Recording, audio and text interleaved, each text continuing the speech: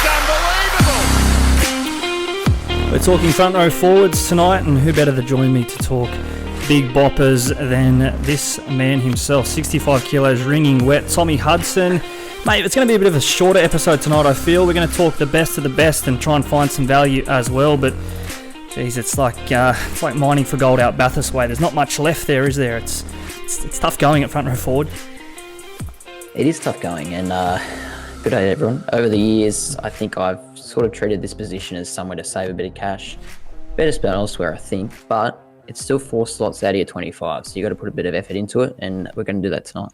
You talk about saving cash, it's also about making cash as well, isn't it? And I can only think back as recent as last year, some of the best performers, not just in terms of their points output, but in terms of what they opened up and buying bigger names from lesser names even.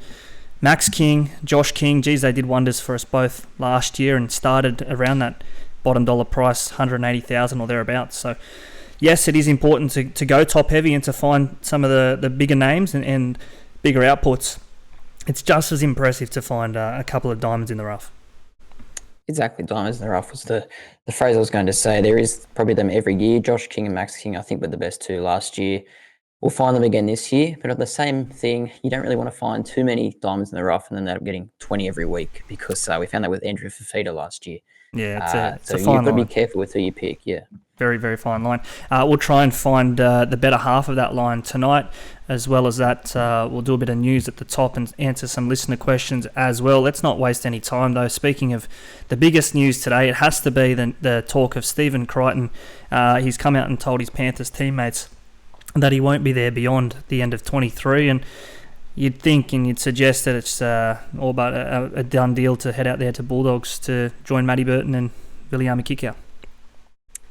Yep, and Cameron Ciraldo, the former assistant coach of the Panthers, they're really building, I guess, Panthers 2.0 out there, aren't they? Gus Gould as well at the helm of the club. Hopefully for the Bulldogs' sake, it does bring the same sorts of success. And I think it's a good signing. I think we knew from a young age that Crichton was going to be a player with great potential. And he's definitely shown it over the years, but whether his future's at fullback or not, that remains to be seen, I think. It's very different playing fullback than it is playing in the centres.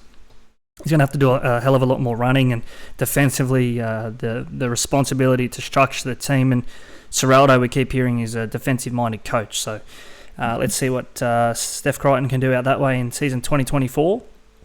Speaking of fullbacks making way or heading to a new club, at least we think Lachlan Miller will be on his way to the Newcastle Knights. This news has sort of been floating around for a while, but a deal looks to have been struck between the Sharks and the Knights. So Lockie Miller, he looks to get a good go at first grade. Yeah, it's good to see him finally get a proper crack. He was good in limited showings last year. I think he ran for 300 metres on his first game for the Sharkies. Yep. Goes to Newcastle, and not only for him, it's big news for Ponga. That should mean he's definitely in the 6 jersey come round 1. Now, speaking of fullbacks, probably no bigger name in the game this time last year than Tom Trbojevic. We dabbled. We said, should we start with him? He was $1.3 million. Obviously lost a heap of cash, and that was on the back of his injuries. And I think a Manly legend was this bloke, a former CEO, chairman, spokesperson of some sort, Peter Peters. He's got a name so good they called him it twice. He thinks that they should sell Tom Trbojevic and get him off the books. You think that's the best way for Manly going forward? Yeah, look, it seems... I think it's a ridiculous call, to be honest. Yes, he's had a lot of injury troubles in the past few years, but you look at the one season he stayed on the field. Yeah. They nearly won a comp. He won a Dally M. And I was listening to a podcast the other day, James Graham's podcast, The Buy Round. It's very good. He has an episode with Anthony Seibold, the incoming Manly coach, and he was just saying, as soon as he comes to Manly, the Trbojevic brothers are the heart and soul of that club. So It's really hard to imagine them ever parting ways with Tom. Yeah, it just seems it would. I don't think getting rid of your best player is going to help you. Yes, it might free up salary cap, but I mean, besides Tom, he's a player that players would want to go to Manly to play with. You lose Tom. Cherry Evans is on the wrong side of 30. Like, what's the allure for anyone to go to Manly besides playing with Tom and potentially untapping some of that potential, which we got a glimpse of in 2021, as you say. Anything else floating around? Obviously, it's never a dull moment in rugby league, but what else can you tell us? Not much. Not much happened really. I think we're just sort of getting to the end of summer in a way, getting really excited for the footy finally, and doing all this research for these various podcasts. Yeah. It's really getting me buzzing. So let's get into it for the forwards.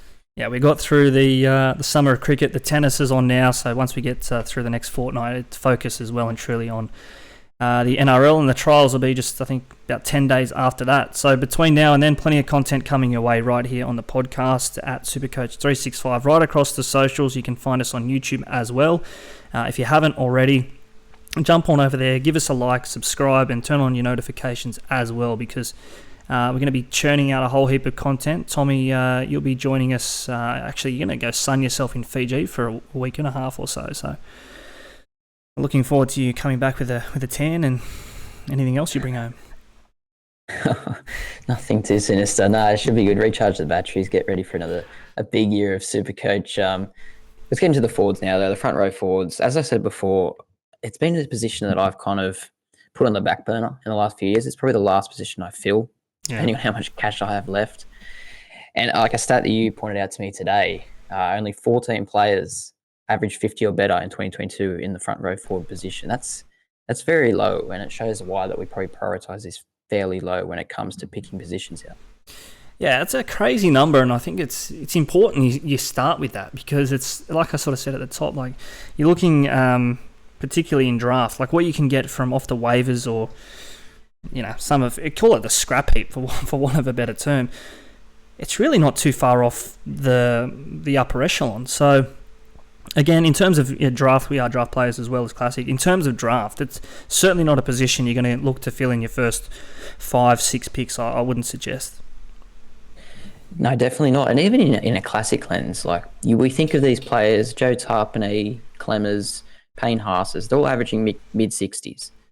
And then you think of players maybe a lot cheaper, well, not a lot cheaper, but we're not thinking of them, such as Max King, Nelson Asafa-Solomona. They're only averaging 10 less.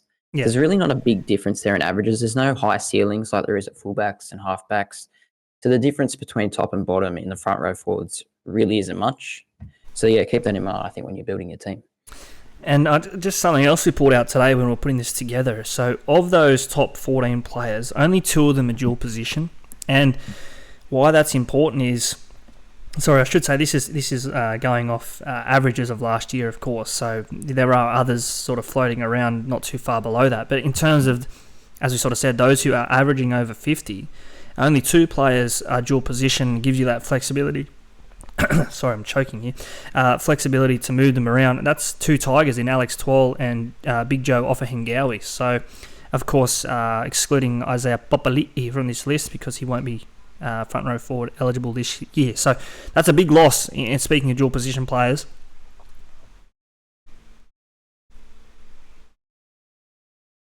It's a big loss. You giving me anything? It's a big loss. Isaiah Papali'i not being dual position eligible this year. Yeah, no, very surprising that actually. It's sort of similar to the Cheese. I expected Papali'i to have the dual still. I know he's going to play back row, but he has played a lot of front row in the past few years. But yeah, it's just another reason why I don't really want to prioritise this position too much, I guess. There's not much flexibility once you get them in the team. They can't really move anywhere. Yeah. But even though we've just shit-canned this slot for the last 5 minutes, let's get into the best options anyway. Yeah. Stick around for the next 30. It's great listening. Let's kick it off at the top, because as you sort of said, and we sort of done this a little bit different. Usually we start with, in previous years, and even with the hookers, we started with the most expensive player, but we're starting with the best average from last season. They're not the same. Looking here, the most points, I should say. Starting with the most points, and of course I'm speaking of Joey Tarpanay. 23 games last year, 66.4 average, priced this year at $699,500. 23 games, as we say there, average 66.4, and those numbers, when you drill a little bit deeper, they're even better than that. His second half of the year, I should say, was just phenomenal. It was. Being a Raiders fan, it was great to see, and I thought he was always a player that didn't maybe live up to his potential. But last year, getting a full crack at front row alongside Josh Papali'i, they turned into a dynamic duo sort of thing. Those numbers you're alluding to there, in the last 12 games of last season, he averaged 75, and there was only 1 try in that run. So it was no, like lucky try here and there. It was literally just base stats and offloads. And he was good for that every week, playing decent minutes as well. Nothing changes this year at the Raiders, so I don't see why it won't be a rinse and repeat situation. Why was he so good last year, though, compared to years gone before, do you think? So you obviously watch a lot of the Raiders, and we saw his potential at moments fleeting in 2020 and 2019, going back some time. But what was it about? Was it Ricky's rotation, his coming of age maybe? He's just a little bit older, a little bit wiser and more responsibility. What was it that sort of flicked a switch for him? I think it was a bit of all of what you just said there. I think firstly, there was some off-field issues. Last couple of years, if you do remember, his girlfriend was talking out against the coach on Instagram. I think there was a few things there which were making me believe that he wasn't too happy. That he looked great last year, happy off the field and whatnot. But also he was playing lock and second row at various times in the last few years. I think moving to front row just simplified his task. He just runs hard, gets some offloads away. You couldn't put him down last year. Defenders, he just stood in tackles all day. So that was just churning out the points for owners. Just looking here at his numbers from last year, I think he captained the side even one time. So just showing you, like you say, they're sort of coming of age. And a couple of tries amongst the year as well. He had 3 try assists, which was equal best of any front row forward. Looking here, his metres per run, 9.9. Again, that's right up there, and I'd be shocked if that wasn't one of the best for front row forwards. 74 tackle breaks, 46 offloads. So, I mean, from your front rowers, he's giving you something that a lot of the others in that position aren't. So, some of those other names that I'm looking at here, Junior Bolo and Pangai Jr., of course, prolific offloaders and tackle busters in their own right. No, exactly right. He was, he's a forward, but he plays very dynamic, almost like a back rower. So it is a bit of both there. I think the fact he's 700K. So it comes back to what we were saying earlier in the podcast about, are we willing to commit that sort of money to this position? I think if you are, he's the way to go personally. The person we talk about in a second is the next best. But I just think Tapine, as I said before, 75 average in the last 12 games last year. I don't think anything changes this season, and he can deliver that again. I just want to flick his first 3 games that back up on your screens here if you're watching on YouTube. So they have the Cowboys up in Townsville round 1. Then I think they're down to KO Stadium at Redcliffe round 2. And then they get the Sharks down there at Canberra round 3. So expecting a couple of tight games there. But all in all, that's it's not the worst start to the season. I think the Raiders traditionally don't like going to Townsville. But, I mean, they're winnable games when the Raiders are playing their best. Probably 2 of those 3. Just a general question about front row forwards and 2RFs. Do you look at their fixtures as much as you do for a playmaker? Because I personally don't. I don't really think it matters who Tapine is playing. Whereas if it was Jack Whiten or Savage or someone else in the Raiders team, I would really be looking at those fixtures. Yeah. I wouldn't put a whole heap of onus on it. We will look into this as the season goes on, and forgive us for not doing it tonight, but maybe as we start to unpack some of the better front row forward options, or even forward options for that matter, I'd love to look at the other side of the ball, teams who concede offloads, because that's where you're looking at your players like your Tapines, or even potentially this man as well, Tino Suamaliawi. Speaking of coming of age, what about Big Tino's efforts last year? 22 games, he took on the captaincy up there at the Titans. You speak of shelling out big dollars here. You're going to have to do it for Tino. $704,000 upwards there. 67 points per game average, as we said, from last year. He could get even better. He could, and I was so surprised to see that he was the most expensive forward. I think I must have slept on him last year because I didn't own him at any point. I don't think I had him in draft comps either. But he obviously was churning out great scores. I just wasn't taking notice of it. 56 average in 2021, up to 67. So that shows the improvement. And I was comparing him to Tapine, and I think one of the main selling points for Tino is the fact that he still has dual status. You can put him in the 2RF as well as the FRF. Yeah, so just rewinding, obviously, I think on SuperCoach, Tino is predominantly a second row forward. So we're looking at primary position, and that's why, talking previously about Swole and Offahengawi, they are front row forwards. So I probably should have put a precursor on that. Tino is dual position. that does help. I think Tohu Harris also falls into that same category. So we might talk more about Tohu when we get to the 2RFs podcast, because I think he's going to figure more as a back rower or as a lock this year anyway. But just back to Tino, just quietly, you say he's just still 22 years old. I think, you look at some of these other players, front row forwards who dominate later in their 20s. It's exciting for the Titans because not only is he on a path to something more, he can bring some of these other forwards along with him. Absolutely. I think he's pretty much the heart and soul of that club. He's the leader of the forward pack. He tries so hard every week. And like you said there, obviously 22, club captain. The only risk I see for him in the future is burning out. Maybe like a Jason Tamalolo or a Payne Haas doing too much too young in their career and then perhaps having to taper it back. But at the moment, I think he's in for a big year. I don't think they'll be tapering back this year. Between him and Tarpanay, which way would you go? I'll give you a tip. I'm not going either of them. I can't justify the price. If I had to pick one, you'd pay the extra $5,000, I think, to have Tino at the duel. Yeah, that your face look on your face suggests you're going the other way. No, I think you're splitting hairs. I think maybe one other factor we can take into consideration is that the Titans have a buy in round 5, the Raiders have a buy in round 8. Maybe that gives you a few extra weeks of not having to make a trade or sit one of your best players. But look, there's nothing between it. Maybe the fact I'm a Raiders fan has me going Tarpanay. It's a good point you raised, though, isn't it? Looking at buys, maybe if you ask me that question now in hindsight, I'd say Tarpanay, because yes, they both have a buy pre-origin, but you look at that round 13 game, first buy when there's everyone out, Tarpanay will be there. So for 5,000 less, you're going to have an extra player that week. Maybe that's something to consider as well. Yeah, there's so many things to think about even in January, isn't there, really? So, but I think, like you're saying there, there's two decisions here. One, do you want to spend this much money on a front rower? Yes or no? And if you are, who do you pick? Probably a dead heat between the two.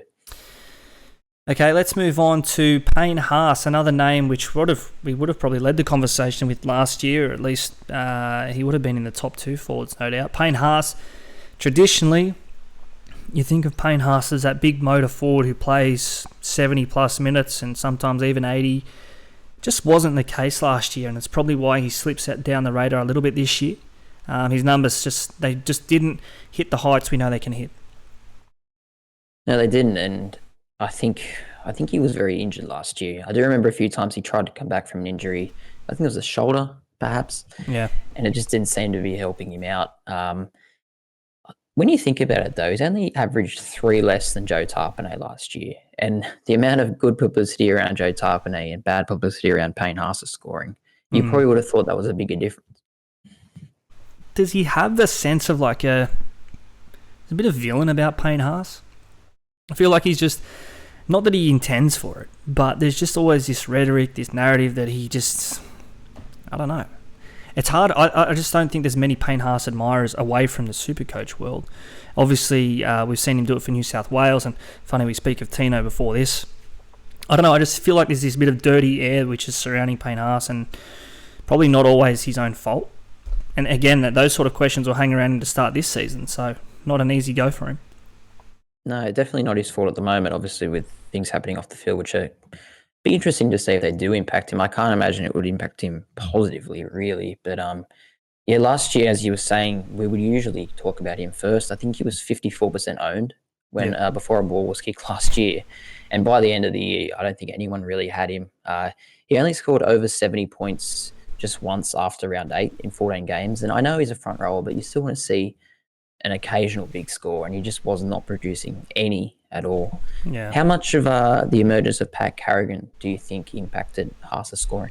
Yeah, massively. And to be honest, I'm actually shocked. I know that Carrigan, I don't know if he was ever named it prop, like 8 or 10. He was a prop. He's playing middle. And yes, he's second row eligible Carrigan, but geez, the amount of work that Carrigan did just getting the ball over the advantage line, with no hesitation do I think that hurt Haas's game.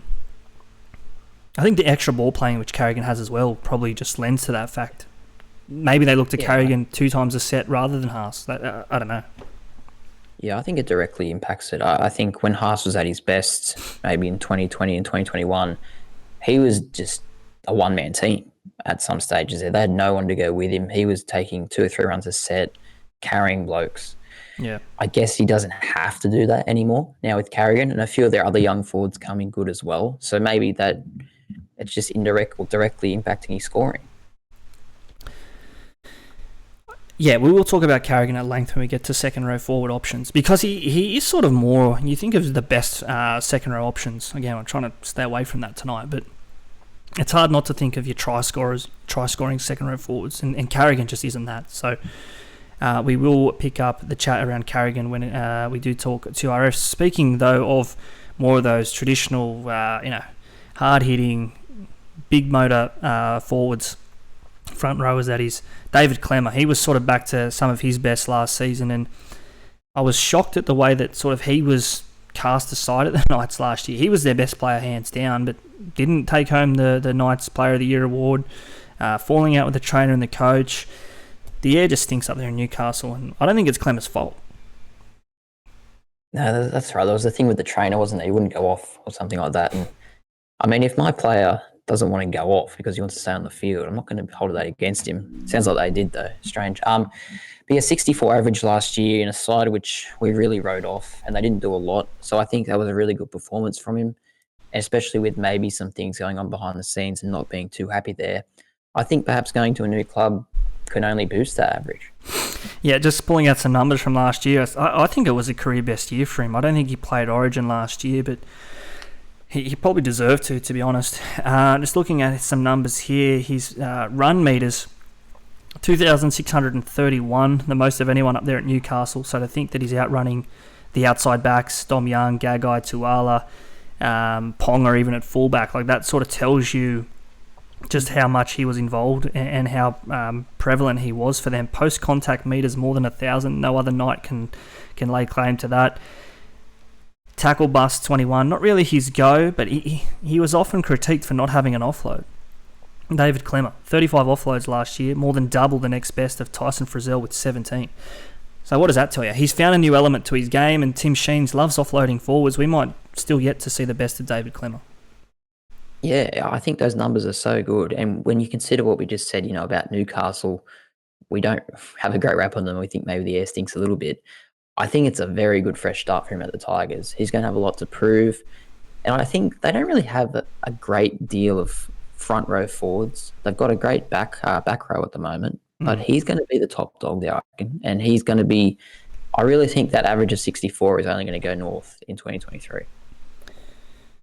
Do you think going to a team, even though Newcastle probably not finals players or contenders in recent seasons, but Newcastle probably looked upon a little bit more glowingly than West. West just traditionally just can't seem to way into the finals. Haven't played finals in 10 or 12 years. Does going to a team like that actually take even more pressure off Klemmer? The expectations there are quite low. He could come out and just blow us all away this year. Yeah, I think so.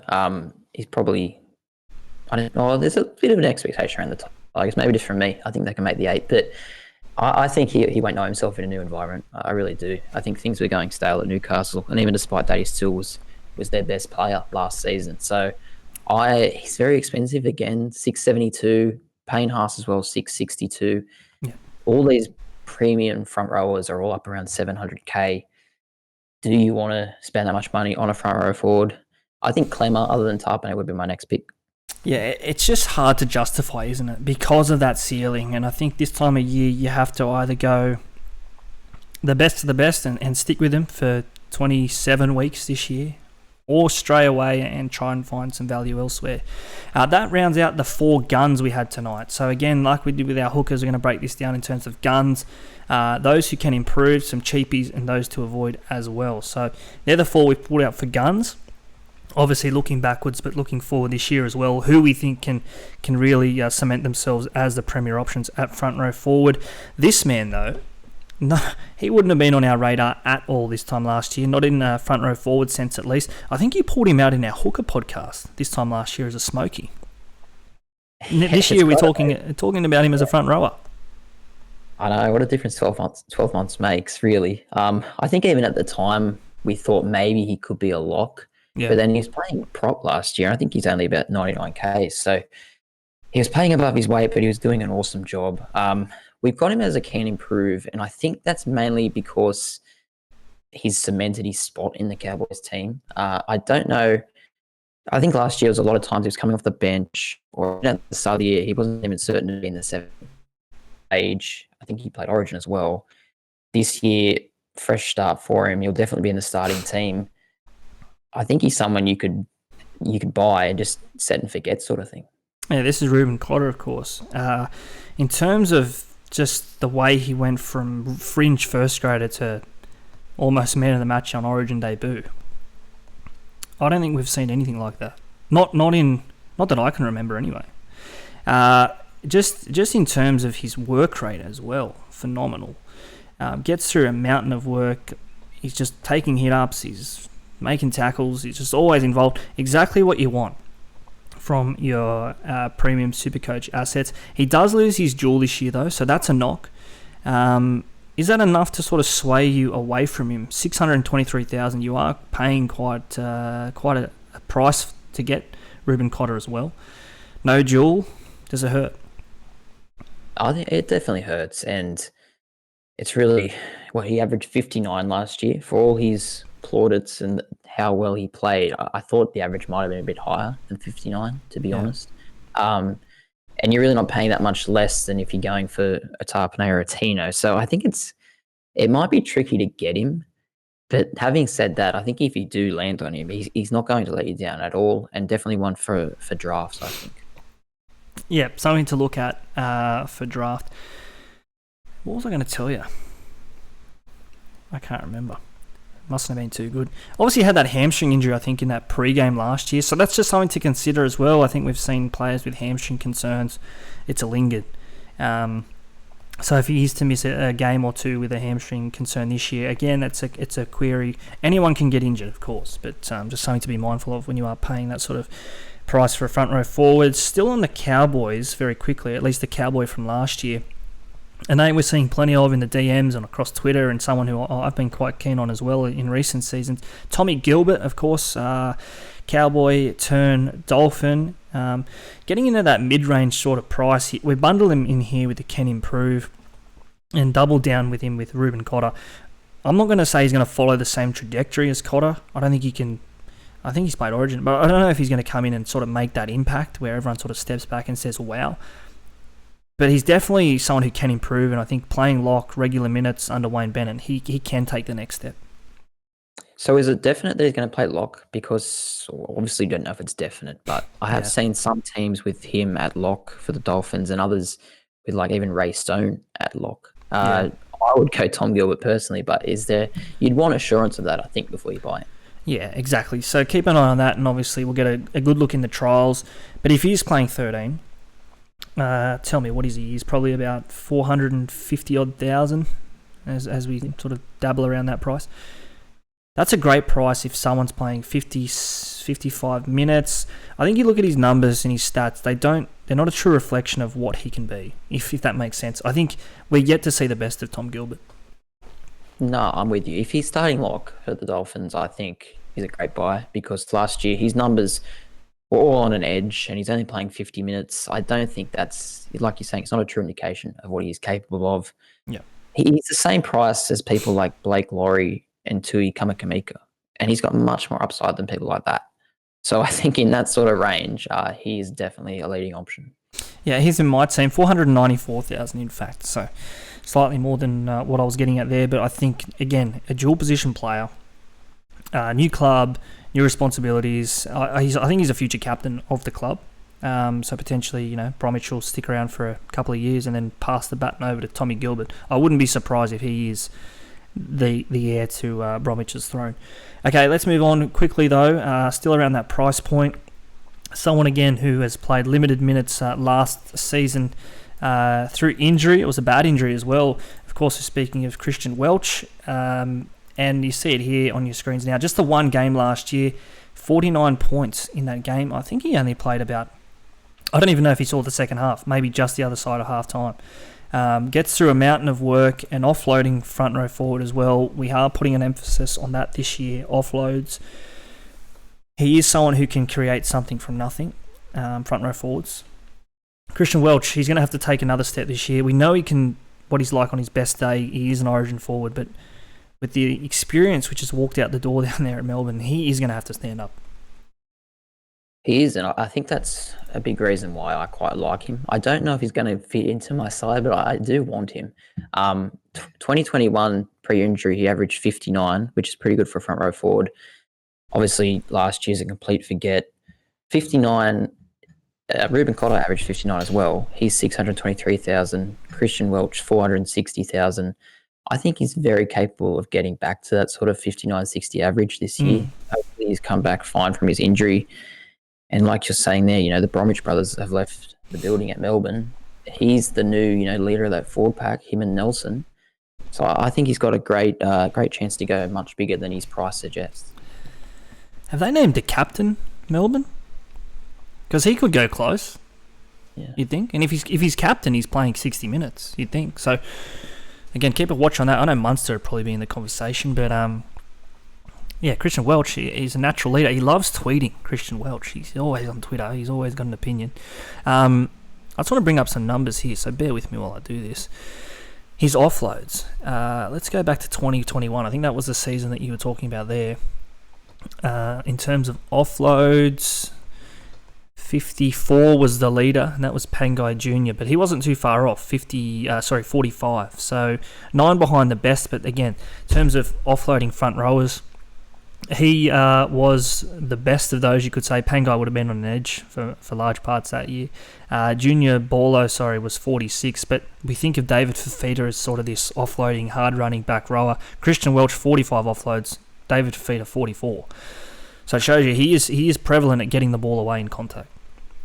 Yeah, well, I did not even sort of think of that. I don't think of him as that sort of player, but the stats don't lie. That is quite incredible. So with that in mind, plus his work rate, plus I think he might be the captain, or at least very close to it in that leadership group, 460 seems an absolute steal to me. And I know we spoke up Tom Gilbert, but at 30k less, I'd rather go with Christian Welch. Yeah, definitely. He's in my team, so I make no secrets. I haven't changed my team since we revealed it on I think it was our Hooker podcast. Go check that out on YouTube. Skip towards the end if you're interested. I haven't changed it from then. Not to say I won't. But Welch and Gilbert for mine, 494,000, 464,000. I'm not paying top dollar for players in front row forward who I think can get 55 upwards, and they're two players who I think can. No, it's hard to argue with that logic. As we said at the start, this might be a position where you don't want to go the top of the line options, spend heaps of cash. 2 mid-range options could be the way to go. All right, still in the can improve segment here, or section of Luke Thompson, another name, sort of like Christian Welch, who, we obviously didn't get to see their best last year. Welch through injury, but Thompson, I don't know. We came to expect more from him than what we saw from Luke Thompson last year. His average was well down, 49 points per game last year, so getting a discount here. His minutes didn't vary, I should say, too much. He was 56 minutes per game in 2021 and 53 minutes per game last season, but his average dropped about 17 points per game. So it tells you not only was he was out there just about the same amount of time, he just wasn't as effective. No, it is strange. I don't really have an answer for it, because in 2021 he was 66 average. He was probably the Dogs' best player. They were pretty ordinary that year, and he was making busts and playing really well. He did only play one game after round 12 last year, so I think he was injured. Maybe we treat that with a little bit of an asterisk, because he might come back better from the injury, maybe. I don't know.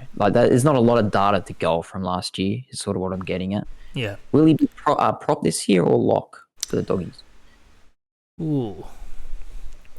I don't know. Probably prop. Yeah, I don't know. Probably doesn't make a difference. I just think if probably Max King, maybe he's got a bit more ball playing in him. Obviously, Josh Jackson's left the club, so there is minutes to fill there in the middle. He is one of them. So, again, this is our can improve. Luke Thompson, that was someone that we mentioned there, so keep a watch on him in the trials and see if he's wearing 8, 10 or 13 or 14, 15, 16, 17. It may give you an indication of where he's headed this year. Let's go back to Newcastle. Of course, I already mentioned David Clemmer there. His exit from that club may mean better and bigger things for a pair of Saifidis. Of course, Daniel priced around 480,000 and Jacob 440,000. These two on their day, as I sort of said, I come back to it. They have played Origin, so they are capable of being elite front row forwards. To put it bluntly, they were just fucking shit last year. And I think that's probably a reflection of, I don't know. Everyone at Newcastle last year was just far from good.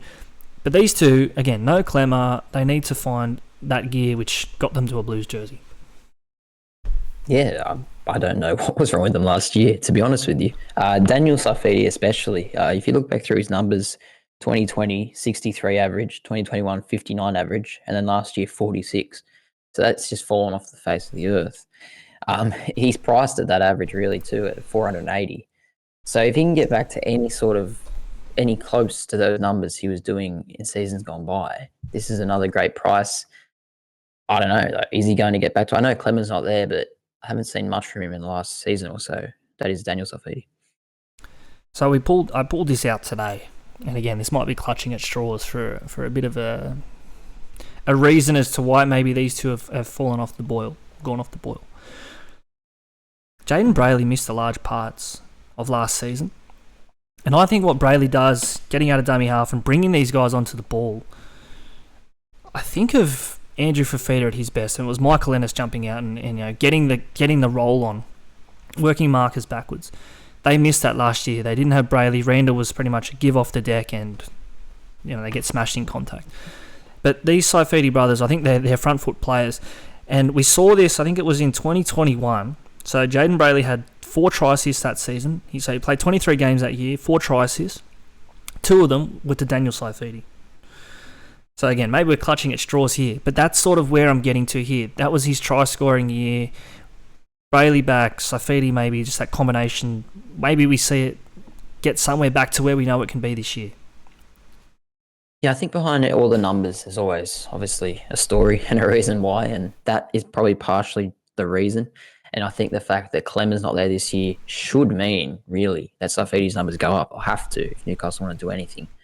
So, look, if you're a fan of Saifidi's work or a Newcastle fan, yeah, we're painting somewhat of a case for him, but personally, I won't be going that way.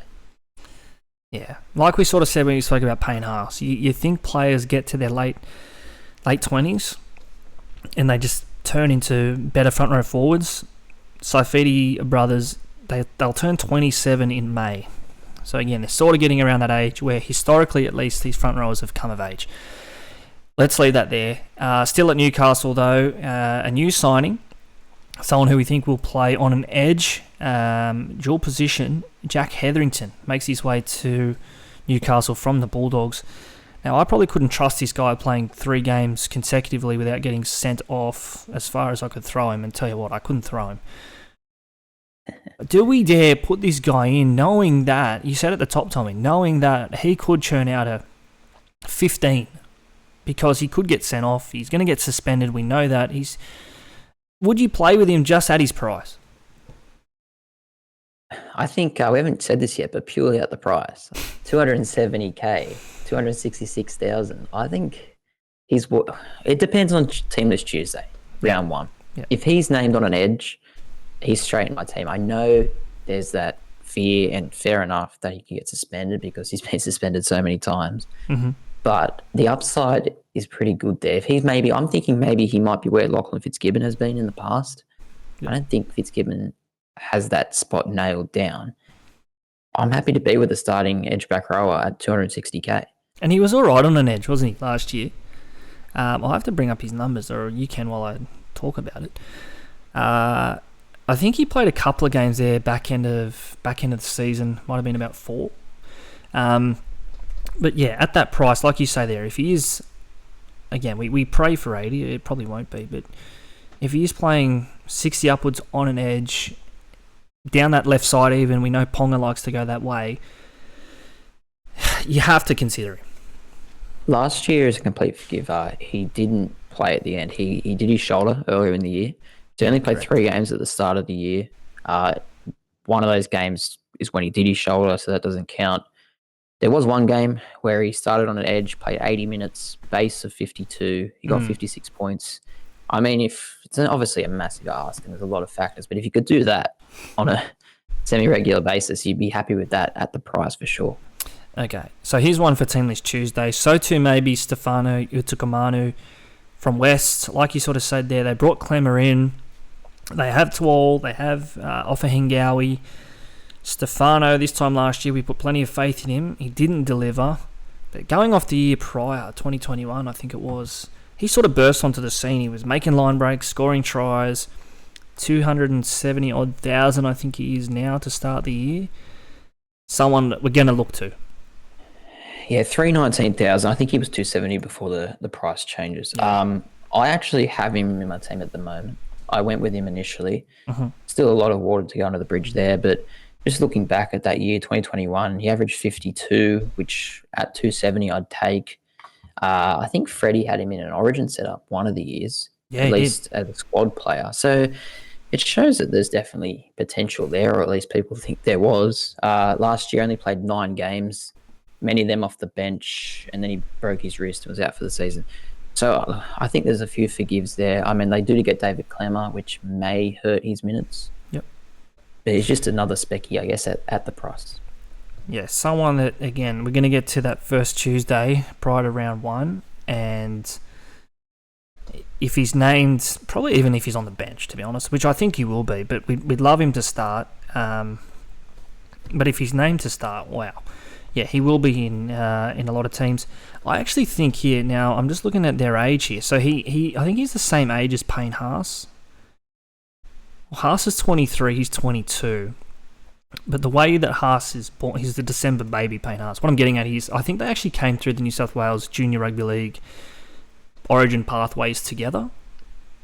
And to tell you how highly Freddie thought of Stefano, he was captain of the team over Payne Haas. Anyway, yeah, make it that way you will. Just get him in your side. No, I'd be surprised if he wasn't starting. I think it should be him and Clemmer personally. Mm-hmm. But like you're saying, they do have Twal and Joe Offa. They do have a lot of options in the forwards, but I just think at the price, he's definitely worth having in until we see the team list. Okay, we won't waste too much time on these next two, but just two to consider. Franklin Pele, I think Gus has been talking him up on Twitter, so again, take it with a grain of salt, but if he's in the 17 round 1, he is a rock bottom cheapie there at the Dogs, and much the same or similar to Davi Mawale at South. So a couple of bench forwards priced at the close enough to bottom dollar price, around that 22, 23 points per game average, close enough to it. If they get minutes, they could better that, but we just have to wait and see. Yeah, I think you've probably found the two best rock bottom price cheapies in this category. I don't think there's a lot of other names there. I do remember Pele, I think it was the trial match last year. Or was it a trial or a first go game? He just absolutely launched off the back fence and just knocked over a few defenders. So he's good to watch, that bloke. So maybe just for entertainment perspective and nothing else. He scored a couple of tries for Newtown in recent seasons. He just runs through people. He reminds me of, and you'd know this name, I think it was Paliacina from the Warriors circa 2003 or 4. The Rhino. He's got a bit of the Rhinos about him, Franklin Pele. So keep an eye on that if he does get a debut. I've got a name for you, Ryan. Daniel Saluka Fafita. I know you liked him last year. That's the only reason I'm bringing it up. 247,000 at Souths. Should be on the bench every week, I reckon, but we'll see. He was, and I said this to you this time last year, he was probably, I watched all the trials, he impressed me more than anyone in the trials. I think he got to first grade or NRL, he was not his best. I think he wanted to punch on with everyone. Or was that the year before when he was at the Roosters? That was the year before, yeah. He likes to fight. Okay, let's leave, maybe a good segue into this section. People to avoid. Now I'm not gonna bundle him in that category for now. And again, feel free to throw some names out here. Again, I'm not going with these ones off numbers or price, purely off instinct. And Spencer Leniu, he's someone who stands out for me as someone who we get sucked into. You know, we think at the Panthers, cheapish price, someone that we think he can go better than his average. He just quite simply doesn't get the minutes, and what has worked so well for Penrith is his impact off the bench. They don't need him to do more than play 25, 30 minutes That's his role in that team. I think it will be again. He's got other forwards around him there in obviously Fisher Harris and Matty Eisenhuth even in the bench role. I can't see him breaking into the starting team over Leota. So Spencer Leniu, one to avoid for mine. Yeah, I think you've hit the nail on the head there. I don't think you can expect much different from him. Nothing's really going to change there. So, I mean, if you're happy to cop 30 off the bench, well, maybe. But I don't have a lot of players to avoid in this category. I think it's hard to just rule someone out. I just think there's a lot of players with low floors, and that you just got to expect that. Maybe players like Paulo and Regan Campbell-Gillard at the Eels, I don't think they get through a lot of work. I don't think it'll be that popular either, but maybe in draft I'd go elsewhere aside from them. Maybe even Josh Papali'i. It pains me to say it, but I think Tarpanay is the star of the show these days in the forward back. So maybe someone like Papali'i is a little bit overpriced at 6.17. But yeah, I mean, this category is so open, and we've spoke about 12 or 14 names tonight, and there's probably another 12 out there, really. What about, before we just move on to the listener Q&As, I've got to talk about a couple of Dolphins. It'd be remiss of me not to mention my boys up there in red. Jesse Bromwich, Jared Wallace. Again, you're getting these guys for mid 300k. We're going to be sucked into them. Herman Essa, another one. We know he's played his best footy under Wayne Bennett. Are they players to avoid, or there's just too many question marks around the Dolphins and what that team list looks like? Yeah, I don't know. I think Gilbert was the one from the Dolphins that I'm interested in the forwards, and I think we've already spoken about him a bit. Jesse Bromwich, I think his days are done on SuperCoach, personally. I think that going back 5-8 years ago, he was a great player on SuperCoach. A long time now, obviously, but the last 3 years, 45, 39, 41 averages. That's just not doing anything, really. So, I mean, you're the Dolphins guy here. You're on Dolphin Watch, so you need to tell me who I should be picking from that side. Yeah, give me a couple more weeks. We'll have a look at the trials. Speaking of Jesse Bromwich, you've just triggered me there. Remember back in the day, like you'd build your SuperCoach team and your non-negotiables with Jesse Bromwich, Paul Gallen, Corey Parker, Simon Mannering, probably Cameron Smith, Jonathan Thurston in that list as well, Billy Slater at the back. Anyway, that was 12 years ago, so maybe just adds to your point there that Bromwich's days are long past us. Yeah, Nathan Merritt. Remember Nathan Merritt scored like 5 tries that day? I don't know. I'm just going back to high school SuperCoach a long time ago now. Yeah, let's leave it in the past, eh? Back when you and I had much better hairlines than we do now. Let's answer some of your questions here via Instagram. There are a couple here, so we'll try and shoot through all of them. Ads.m15, thanks for writing in, mate. He says, best cheapie under 300k. Just looking at the names we mentioned. Jack Hetherington. A lot of these names are team list dependent, obviously, but Hetherington, Stefano Utoikamano. I'm just looking here further down the list. If Matt Croker can get into the rotation at Newcastle, I think he's better than that price suggests, and that average around 30. There's really not much else there, is there? No, I think they're all bench players, really, which makes it hard. They're only going to get 25 to 30 minutes. Hetherington is the one that I thought might get a start, so I'd go him. But beyond that, it's just bench players, so it's pretty slim pickings. Okay, next one here from Adrian Ives, Australia, says, do you think Nas will get minutes in the second row? If so, surely he will be seriously underpriced. Yeah, look, we saw Nas in that second row role at the back end of last year. Doesn't he look good running outside of Jerome Hughes? He's about 7'10", 140 kilos. At least it seems that way.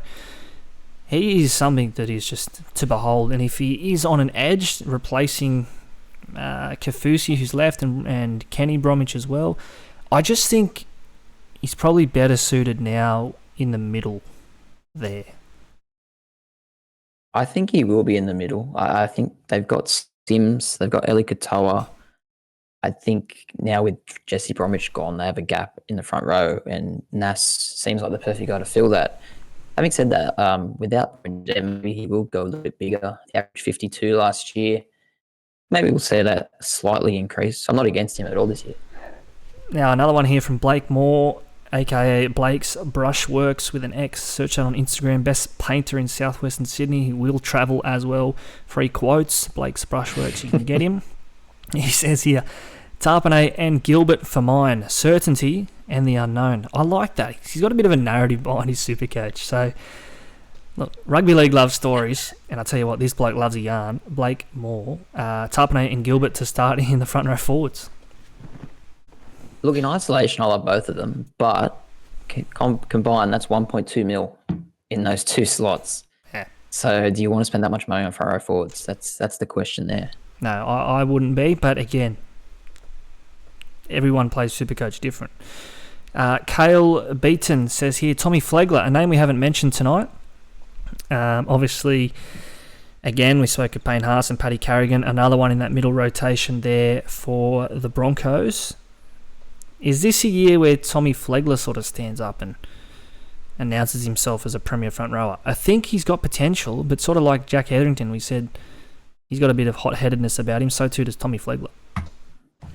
He does, and I probably thought he was going to be maybe even better than he is. He's still good, but I thought maybe he would become what Pat Carrigan is. Will he even start for his team? I don't think he will. And then he's 479k. So unless he's starting, I can't make a case for him. Yeah. I think Kale here is just looking to buy into the Broncos. And probably wants to go around Haas and Carrigan. But I'm just looking at this here very quickly. In terms of his run meters, he'd probably be, he's well behind those other two names. Payne Haas, upwards of 3,000 run meters last season. Paddy Carrigan, 1,800, and just a little bit further back, 1,700, Tom Flegler. So not entirely out of the question. I should take it back. He probably will start. I was probably getting confused there. Carrigan will play lock, I think. Carrigan, I think of him as a prop, but he plays lock. Yeah. But I think he does the same amount of work that Flegler sort of should be doing. So, yeah, I think there's just too many cooks in the kitchen there to have Flegler at the Broncos. I come back to that point there around offloads. Flegler with 27, next best Payne Haas 21. So, yeah, there is upside there. What else we got here from Matt93 says Max King, dual position, possible increase in minutes from his 47 average with a solid points per minute. Is this Blake Moore's burner account? Because he's all over Max King. Look, we mentioned his name. If he is at lock, if he's starting, geez, yeah, you'd definitely consider him. Yeah, for sure. I mean, this time last year, we wouldn't know who he was, really. But he burst under the scene. He was a good player for the Dogs last year in a poor team. They're expected to go a lot better this year. He's not overpriced, I don't think, at 540. He's a good mid-ranger. Okay, one here from Mason Batman 1 says Christian Welch. I think we've given our thoughts on Christian Welch. I think we both rate him. And again, at that price, I'm happy to start with him. Another one here from DL Gibson says that John Toliafoa, I probably got that wrong, John Toliafoa will break out for the Knights this year. I think he's likely to play during the Origin period. Well, look, I haven't heard the name, so I'm going to say his rock bottom price. Is this a bit of mail? Is this our first bit of insight mail for the year from DL? I'm looking for him in the game. Hang on. I can't even find him. That guy spelled it wrong, or he's not in the game, one of the two. But either way, I'll keep an eye out because rock bottom cheapies, you need them to succeed in this game. Okay. We're probably about 5.5 months off Origin 1, so if John's name in round 13, that is just finding them from well or far. Okay, Noah12 Love says here, or love.noah12 says, if Dane Gagai moves to fullback, he's a must. Well, I tell you what, Noah, we're talking front rowers tonight, mate. I'm going to leave that question there. Yeah, what do we even say to that? Surely Lockie Miller gets the fullback, but anyway, yeah, let's digress. Tully Alchin says Luke Thompson will be the highest average. Now, this is a bold prediction or a hot take. Luke Thompson, look, we spoke of him. If he is getting back to his 2021 best, no reason why he can't have the highest average. I think, as we said there at the top, the average, the highest was Tarpanay with 66. Can Luke Thompson better that? No, look, I don't know. He has to go 20 points better than last year. I know he was a bit injured last year, but still, that's a massive ask. He might go. I think he's got scope to go a lot better, but I think Tully is dreaming. Right, last one here from Lachlan Hodson. Now, this is bold. I like this. He says, I'm winning the 50K. I think there's probably 145,000 others that think the same this time of year, but that's why we love it. The pre-season, everyone's got an opinion. It's good. I used to play cricket with Lachlan Hodgson, actually. He's a good fast bowler. Still loves his SuperCoach and listens to our show every week. So good on him. I hope he wins the 50K if I don't. Are you getting a cut of that 50K, or are you paid? Has he paid you to say that? Yeah, 50-50, I hope. It's more than I'll be getting, or more than you'll be getting off me anyway. All right. Speaking of, another big episode. We'll leave it there. We've sort of gone on a little bit longer than we thought we would tonight. Coming up, tell us, Tommy, what's next on the agenda? You're obviously jet setting away, but after that? Yeah, 2 RFs. We'll just work our way down. I think we both agree front row forwards is one of the more bland topics, so I'm keen to get into the second rowers next time and then into the halves. Something a little bit more exciting than your dribble for 50 minutes on front rowers who we probably won't spend too much time thinking about this season. Stick with us, as we say, plenty to come on the podcast at SuperCoach365 right across the socials. Ryan and Tommy, you know where to find us. Till next time, goodbye for now.